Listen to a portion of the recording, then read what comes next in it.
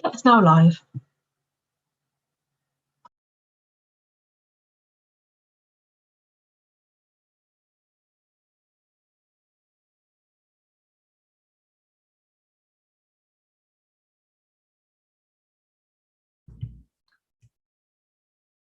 Okay, good evening, everybody. I'd like to welcome members and officers to this Finance, Audit and Risk Committee, and also to Councillor Ian Albert, who's the Executive Member for Finance. Please, you could join us. Before the meeting starts, I would like to invite the committee member and scrutiny officer to confirm that the officers joining remotely can hear and be heard. Louis. Thanks very much, Chair. Do we have Ian Cooper? Yes, I'm here. Thank you. And do we have Isabel Alajuz? Yes, present. Fantastic. Thank you very much. Members can speak using the speak button on your microphone units. Your microphone won't be activated until you are called on to speak by the chair. Voting will be in the usual manner. Are there any questions before we start? Back to you, Chair. We've had apologies have been received from Adam Ruggiero-Chaka. That's the only apologies I've got. Minutes, item 3, minutes of the 15th of December 2021, which doesn't really seem that long ago, but we have had Christmas since, I suppose.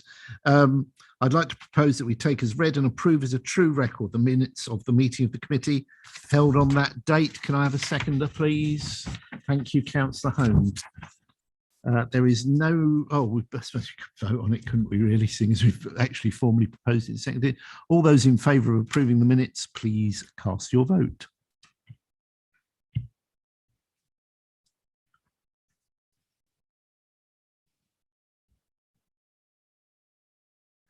Chair, that motion is carried. Thank you very much.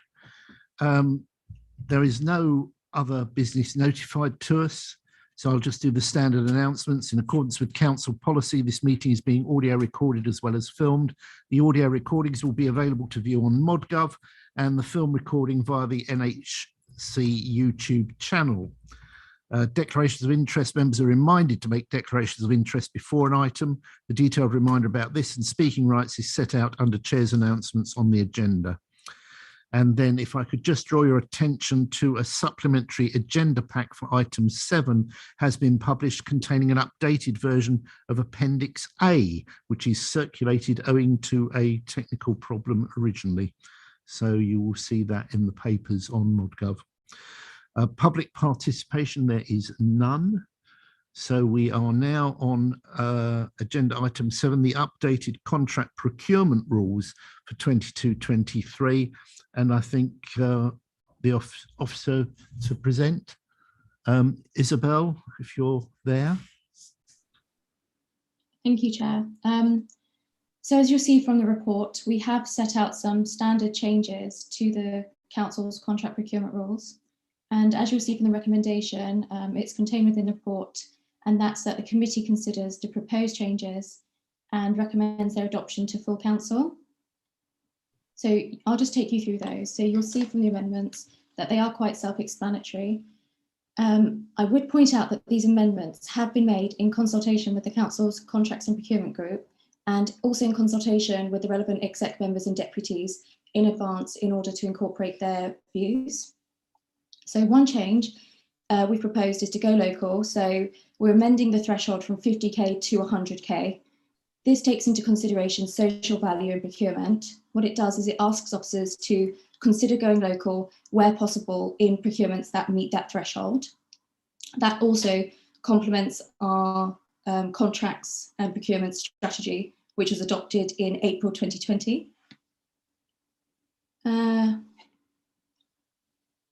So as you'll be aware, the contract procurement rules form part of the Constitution at section 20, and we do update them periodically. The amendments take into consideration the changes that were made since the UK withdrew from the European Union. The amendments to the thresholds are set out at 8.5 of the report, and they're contained within the addendum Appendix 1 as track changes. One amendment to the report at 8.6 is just to clarify the threshold amendments, which would be one quote for anything under 10k and 2 quotes for anything between 10 to 25k. Officers that sit on the Contracts and Procurement Group, they have been consulted on all these changes and amendments. And we're not actually proposing a change to the process themselves, just to the amendments means that certain processes will only kick in once a higher threshold has been met. So the thresholds determine which procurement rule needs to be followed, and those thresholds have been amended as set out in the appendix and in the track changes. And finally, terminology has been changed to reflect the changes brought about by the UK withdrawal from the EU. So they're just standard amendments that needed to take place in order to bring the CPRs up to date with current legislation. So we're respectfully asking the committee to consider those proposed changes and recommend their adoption to full council. And I'm happy to answer any queries. Thanks, Isabel, very much. I'm certainly pleased to see the amendments to the threshold. We have a question, comment from Councillor Hone. Terry. Yeah, thank you, Chairman, and thank you, Officer, for the input. The numbers we have here in terms of the thresholds, how do they compare with similar organisations and districts and boroughs, perhaps even in Hertfordshire? Are we there or thereabouts, or are we an exception to the rule when it comes to these numbers? No, so when we took these into consideration, we did consult with our neighbouring authorities as well, and they have something similar. So in terms of the threshold, one of them is that we've changed 10k to 25k for one of the processes, and that ties in really nicely with when we have to publish the contracts on the government's Find a Tender website. So it's in keeping with our other processes and legislative checks and balances that we have in place, and also complements things with the neighbouring authorities too.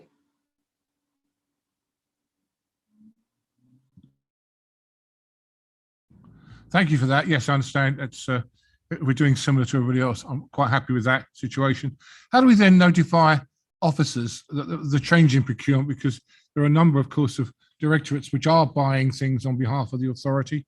So how does this get communicated with those officers who are in those positions to procure services and products and goods for the council? So we have the council's Contracts and Procurement Group, which meets every 6 weeks. And that's where we speak with key contract managers to consult on these changes initially and roll out any changes too. But initially, anything like this, we would have to provide training, and that's something that we're going to put in place if this is adopted. So we'd like to provide training on any key amendments such as this, and so that can be cascaded down to all teams as well as incorporated into Contracts and Procurement Group. Thank you. Okay, Councillor Compton, Adam. Thanks, Keith. One question I did have in particular was around the decision to change the the 2 quotes to a threshold of, sorry, I'll start again. The 1 quote threshold to 10k from 5k, as shown in table A. In particular, the reason why I asked the question, not that I'm worried about the value so much, is that there's no requirement in the table to add contracts to the contracts register, but the Local Government Transparency Code says that any contract over £5,000 needs to be added. And I can't remember if we've discussed this before, but it was just something that I may have already asked in the past. So I do apologise if so. Thank you. No, that is something that we would normally put something on the contracts register for over that threshold. So it might just be that we need to put that on the CPRs, but I remember we discussed this at our roundtable. Brilliant, thank you. So yes, if we could have it added to the CPRs, because that was a little bit of a concern to me. So that's alleviated that, thank you.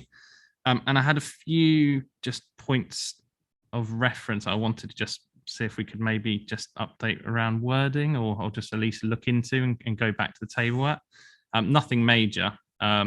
Just again in table A, we call the different procurement processes or procedures processes. So we've got restricted, open or negotiated process, but throughout the rest of the document, we start calling it restricted procedure as an example, which might link in a little bit better with the public contract regulations. I mean, really tiny point, but it just might help confuse a few fewer people. The The second one that I did think that we needed to have a little bit of a look at was the WTO GPA that's listed, I think 20 odd times throughout the document. There's no sort of definition on what you mean by that. I mean, I know what you mean by that. It's the World Trade Organization General Procurement code that we're now following, but it's not actually defined anywhere, and that's going to confuse a lot of people that work for the council, I suspect, that don't know anything about procurement. I also am not entirely sure why we need to have that in replace of EU. Is there not a way we can maybe put that as a subsection and just say thresholds and then talk about thresholds throughout? Because I think that's just going to confuse a lot of people for a number of years to come, if that makes any sense. No, it does. I mean, I'm definitely happy to provide definition for WTO/GPA. The reason why we deleted EU is because I suppose when the threshold goes over a certain amount, it wouldn't, I suppose, just be EU. It'd be any or any country which has signed up to the WTO, which I suppose would include EU as well as the others. So we wanted to try and capture it all. So I totally take on board that, and we'll update those definitions, certainly. Thank you. That's okay. And second to last thing I wanted to bring up, I have mentioned this before, and I think we discussed it, but I may have forgotten again. We call it an e-tendering system on the procedure rules there, or the procurement rules. I'm quite conscious that the public contract regulations have a very different definition for a tender to a quotation. So any tender over £10,000 need to be advertised on the Find a Tender or Contracts Finder or Find a Tender service, whereas quotations can go a lot higher than that. So could we maybe look at changing e-tendering to e-sourcing, just in case there's any confusion when an FOI request comes in? Yeah, What's a thought? I mean, if obviously council feel that you've been using e-tendering for a long period of time, then there's no point in changing it. I was just thinking it might stop some confusion for FOIs and things like that. Sure. No, I think e-tendering was a definition used before my time and was referring to intend, which it uses all of those systems. So the beauty of intend is it will publish on every system, and it links with all the government systems, fortunately, regardless of the threshold. So we can use it for any threshold. And I think the author who originally put e-tendering might have done so in case we didn't use intend in the future and we procured with a different system. But I can definitely look into that wording in case there is any sort of confusion. I think, thank you for that. And it makes perfect sense. It used to be called e-tendering. I think back 2012, they started calling it e-sourcing. I think it just helps because otherwise people will refer to everything as a tender, and it can get confusing for people within the in the council, the public, if they think there's a tender coming out and actually it's a quotation. The point there is a quotation is a closed competition, whereas a tender is advertised on one of those routes that I'm aware intend sends out. So that was just a thought there. And my last point, and it might be in the document, I couldn't find it, there was nothing mentioned on Regulation 84 reports, which is a report that you need, or people need to complete when awarding a contract, which basically lists the decision, why they've awarded the contract, etc. It is listed that people need to do this, and members of staff need to do this throughout various tables in the document, but there's nothing that specifically mentions a Regulation 84 report.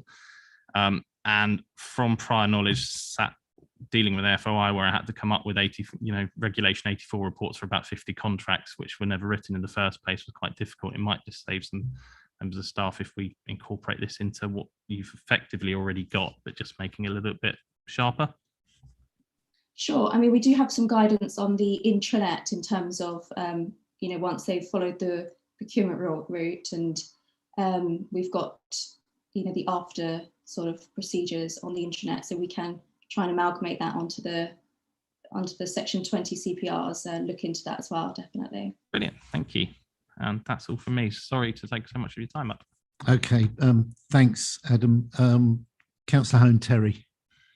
Yeah, thank you for letting me come back. On the point just raised by my colleague there, I think if you look at the glossary of terms on page 53 of the report, or page 268 of the procedure, it does say WTO's GPA threshold. That's a golden opportunity there under glossary of terms to put what WTO GPA stands for. I think that's a good place for it. Also, I think there's some pagination issues around go local policy in that glossary of terms as well, which you might want to correct before we publish. Thoughts? Yeah, no, Please? Have you found it? yeah, thank you. That would be a good opportunity. And in terms of pagination, that will be done, you know, if this is approved, definitely. Thank you. Thank you. Okay, thanks, Isabel. Thanks to those who've put comments in on that for clarification. Any other comments or no? Then I think we are asked to consider the proposed changes and recommend their adoption to full council. I'm quite happy to move that if somebody would second. Councillor Hone, Terry seconds that. All those in favour, please vote.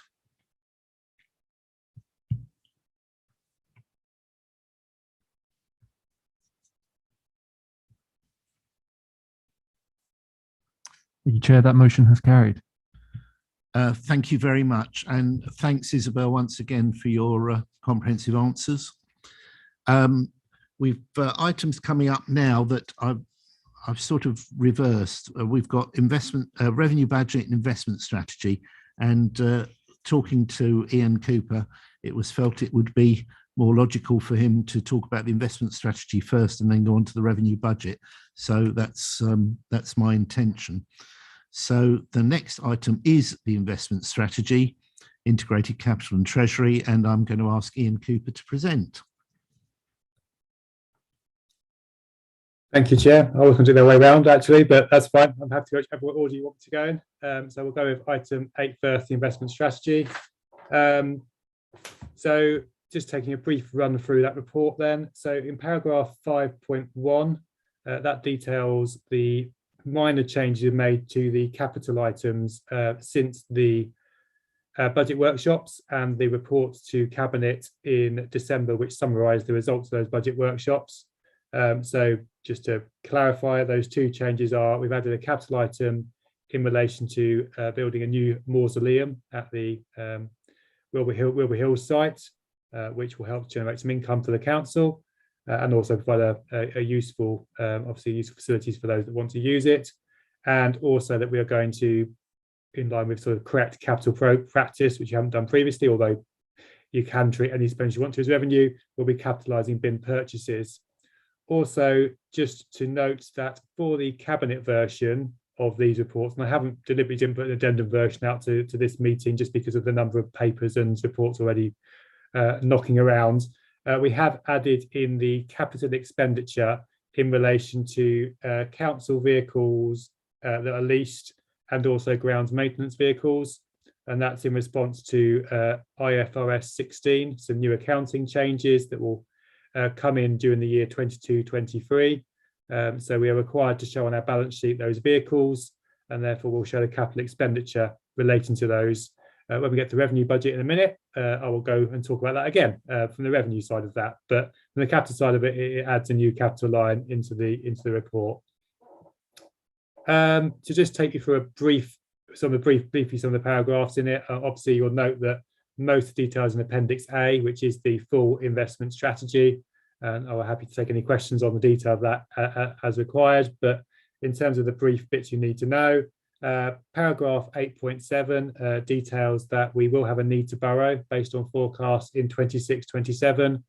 As the committee will be aware, up until this time, we have been able to afford our capital programme from previous capital receipts, including the sale of the housing stock all the way back in 2003. So with that need to borrow in 2026-27, there will be a need to determine whether to borrow internally or externally. With the new potential code, which is due very soon, hasn't been published yet, that will prompt local authorities towards internal borrowing, which is where you borrow against your revenue reserves. So we as a council have all sorts of reserves and provisions, which are essentially cash. And whilst we don't have to use that funding directly as a revenue contribution to capital, we can borrow against that cash that's sitting there to fund the capital programme until we have so little cash left we have to start borrowing. SIPFA, who published the Prudential Code, so that was the least risk way of doing things. And so we will borrow internally against those revenue and provisions and general fund balance initially first. And that will see us through for quite a number of years until those balances get so low based on our forecast capital receipts. We are also required to set a minimum revenue provision policy. And the minimum revenue provision is an amount we have to set aside each year where we are borrowing, essentially to fund the capital items at the end of their useful life. And the provisions allow that to be spread over 40 years, and that is what we will do. And we'll charge that on an equal basis per year. There is an option to sort of do different profiling of that, but based on the fact that most of our borrowing in the capital programme is for service use, and therefore the assets that are involved will give an equal return to the council, so to speak, over the period. A 40-year equal instalment seems the best way forward in terms of a sensible MRP policy. In paragraph 8.9, there are two proposed, well, one's a proposed change to the investment strategy in terms of how we invest our surplus cash. The other just highlights that as a result of our forecast balances at the end of 22-23, the current limits we have on what can be invested in each type of investment will go up a little bit because the balance that we have overall is higher. The second bit is a proposed change in relation to non-UK investments. As the committee will already be aware, the current Treasury strategy does allow us to invest outside the UK, and we have done that in the past, but we haven't done it recently. That is on the basis that currently there are no countries and institutions that meet our very high criteria in terms of the credit ratings that are required. The proposal is we would make a slight change to that and move from maintain the country rating at AAA, which is far in excess of the UK's country rating, but slightly change the institution credit rating from an A minus to an A plus. That should just give us the extra 1 or 2 places to put money. And what we have found during this year, when having very high cash balances, has been that we have basically run out of money to put places. We've been putting money in the DMO, which, whilst it's ultra safe, is actually provides very low returns and sometimes negative returns. And my view is that that slight change is still way in excess of the UK requirements around investments, provide a safe place for our investments, and provide a little bit higher returns than going with the DMO.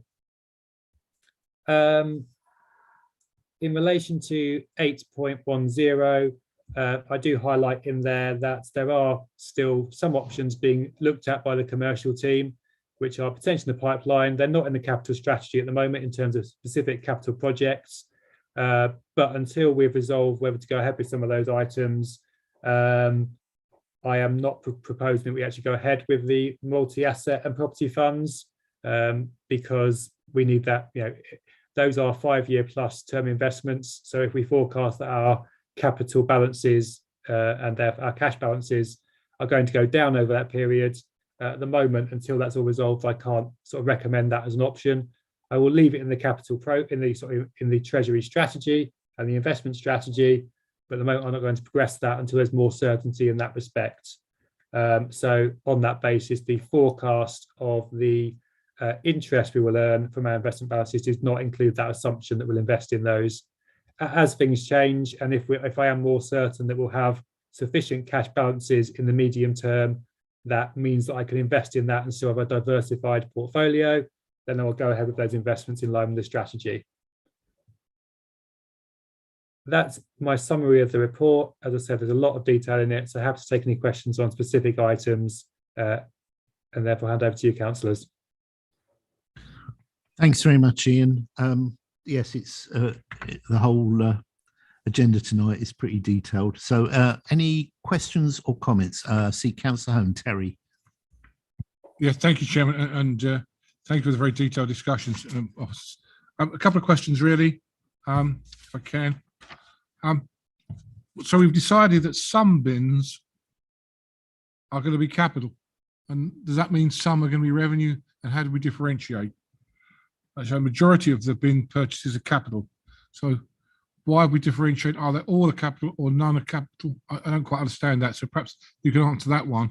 That's on page 88, 5.1. Then moving on, I'm now on page 108 or page 15. Waste and recycling, recyclable material transfer facility, vehicle depot, and offer facility collated with residual waste transfer facility. I assume this is a joint venture, or going to be a joint venture with Herts County Council, and that they're on board on the money that you've got in there, and whether that £6 million is what we're going to spend here at North Herts, or whether that's the total cost, and some of that's a contribution from Herts County Council. So they're my initial two questions. If officers could answer, please. Thank you, Councillor Hone. So in relation to the bins, the bins we will not be capitalising are the brown bins, on the basis that the residents in some cases will have paid for those bins, and therefore probably determined that they are their assets rather than our assets. And also the trade waste bins, some of those are essentially part of a deal where the customers already paid for those bins, and therefore they would consider to be their bins. But all the ones we consider are our bins, in terms of the ones we feel we own, we will capitalise, and that's the difference that we've kind of sort of trying to put in most of them being capitalised. And in relation to your second question around the waste facility, yes, that's the plans to co-locate on that site, potentially around Baldock. And yes, that would be a joint location with Hertfordshire County Council. That is the forecast North Herts contribution for the North Herts element of the scheme. It would be nice if the overall cost was that, but unfortunately the cost is quite substantial for that overall facility, and that's our share. That's what our estimate of our share, and then the Hertfordshire share is a greater share on top of that.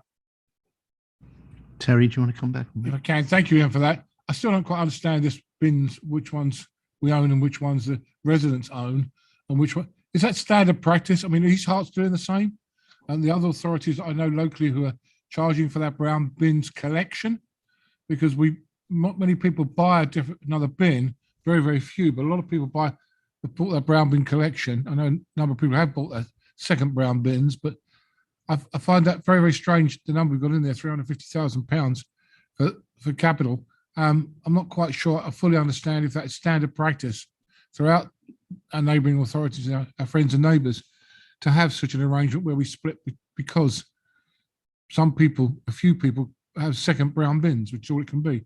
Thoughts, please, Ian? Well, it partly relates to the fact that all the new brown bins will be owned by the resident, because they'll have to pay. We charge for each bin, don't we? We charge for the brown bin initially, if there's not one in place, if someone takes up the service of a new one. So that's the logic behind it. I'm happy to go back around and check what others are doing and see if we can actually capitalise more of those purchases, if we're being a bit too prudent in terms of ownership. So I will leave it with me, and I'll do that and see if we can capitalise more. Thank you. Yeah, thanks, Ian. I think that would be very useful. And I've got now Councillor Compton. Adam. I was actually just going to make that very same point. So, Ian, you've preempted what I was thinking. That's what I like, a little psychic vibration between officers and councillors. Brilliant. Okay, any other questions or comments? If not, we'll move to the recommendation. The recommendation is that Cabinet recommend to Council the adoption of the investment strategy included, and so it's Cabinet recommending, but we are recommending presumably that Cabinet recommend. So if I could ask you to vote in favour of that, please, I'll propose.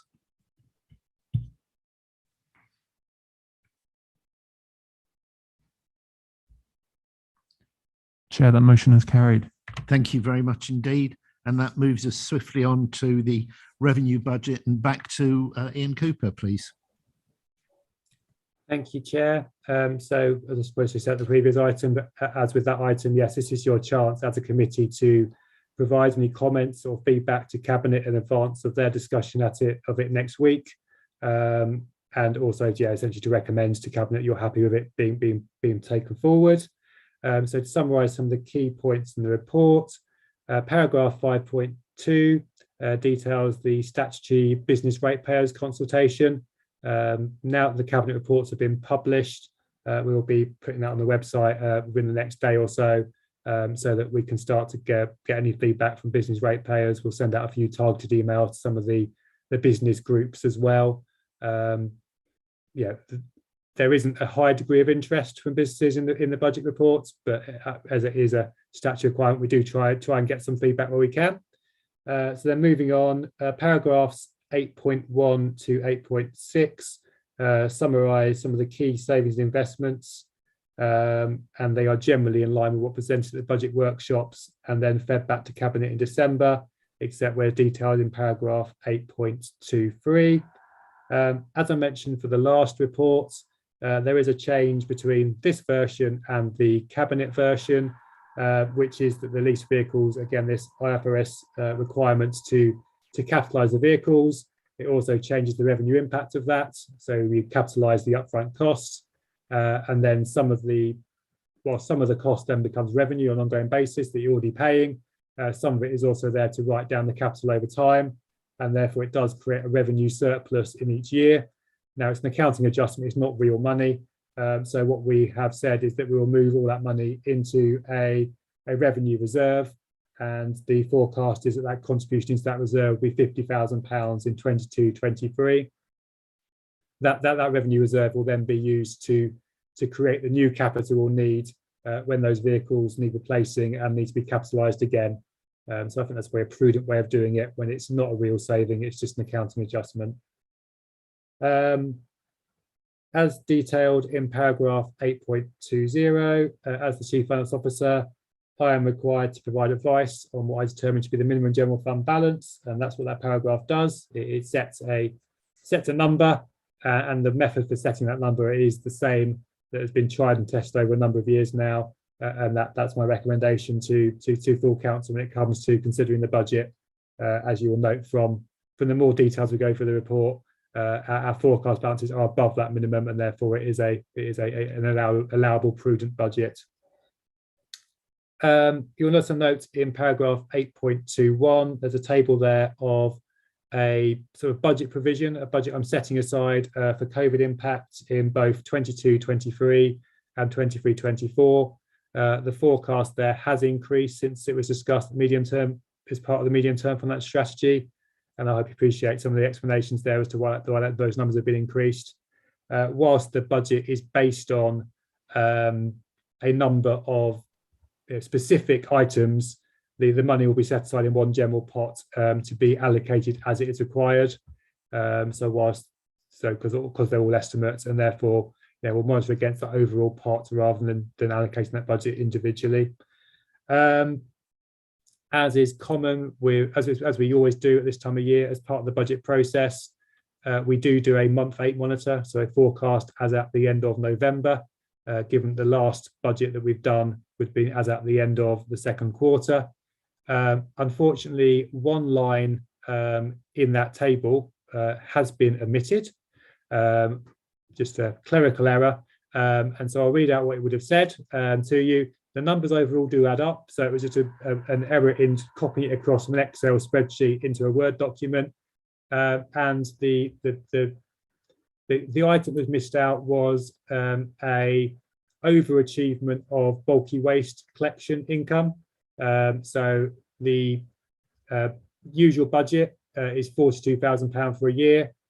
We are forecasting it will now be in this current year £81,000, which would be an overachievement of income of £39,000. At the moment, we're not forecasting that impact will continue into following years. In terms of the reasons for that, we believe it is due to the fact that one, people aren't choosing to or aren't able to go to household waste recycling centres, and also that people are doing some more clearing out of their space at home and therefore getting rid of more bulky items because they're spending more time in the house. So that's our estimate as to why it's happening, but definitely based on current projections, we will overachieve that income line. To link into the previous report, paragraphs 8.24 and paragraph 8.25 detailed again that we'll need to borrow towards the end of the period, and therefore there are revenue impacts of that borrowing, both in terms of initially the minimum revenue provision, and in the longer term, we'll also be required to pay interest costs as and when we start doing external borrowing instead of internal borrowing.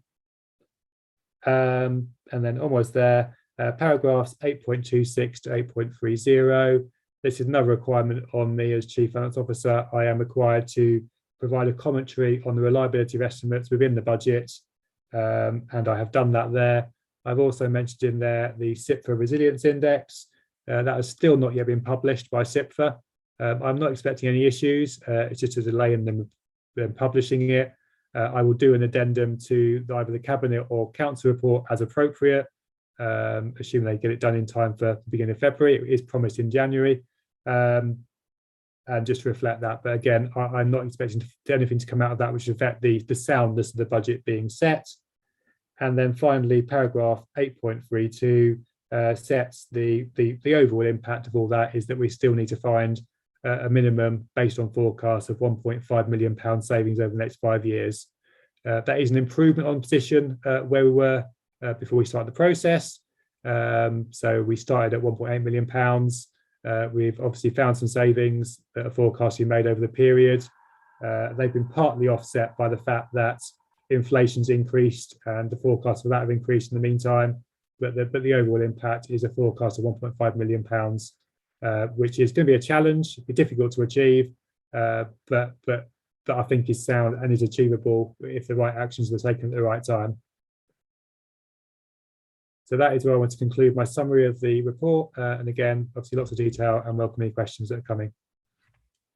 Thanks very much for that, Ian. Again, very comprehensive, and who knows, there may be a Damascene conversion by central government in allowing local government some more money. You never know. I think a lot of this went through the various budget workshops, and much of it would have been discussed beforehand and in other places. But any comments or requests? And Councillor Hone-Terry. Yeah, thank you, Chairman, and thank you, Ian, for the detailed discussion. A couple of points, really, if I can, for clarification, just confirmation, really. I'm on page 61, which mentions the annual financial model, again, that get mentioned earlier as well in the report, or later in the report. That 34,000 for AFM in 2021-22, and then we say it's a risk in 22-23 as well. Is that they numbers which have been provided by HCC on table 5, for example? That 50%, is that a number which Arts County Council have provided? I think it probably is, but you can confirm that. And in the total COVID-19 central contingency, I'm glad that we've got sort of separate areas where we're looking at what COVID, the impact COVID is, and we can demonstrate that in our numbers. I think that's quite important. We do that and show the exposure we're under to current issues. The major issue being, of course, COVID. So I'm pleased that's in there. So comment about the AFM would be appreciated. Yes, thank you. So the amount so we account for a year in arrears. So we show the amount that we account for it when we receive it, even though it relates to the previous year. So in 22-23 is the amount received in 22-23, which is based on the performance in 21-22. So the amounts received in this year is performance last year, and that is the actual amount we have received. The forecast for next year is that there's a risk we won't receive anything, and that is in line with what we have received in terms of monitoring from the County Council. Obviously, we can hope that the performance improves throughout the rest of the year, and it will be better, but again, it's being prudent, isn't it? The amount for the year after is just an estimate. So the amount we will get in 23-24 is just basically taking half of the previous amount as an estimate. Obviously highly uncertain, but that's just an estimate at the moment. But the other numbers are based on the County Council information as it stands. Thank you. Thanks, Ian, for that.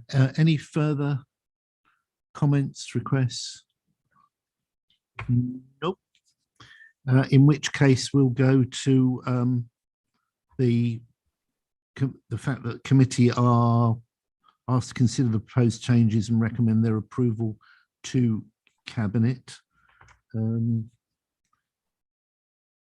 I'm not sure that I need to, there as under the paragraph 2 recommendations, rather than read them all out in detail. So I will propose that we recommend their approval to Cabinet. Can I have a seconder, please? Terry Hone, thank you. All those in favour, please so vote.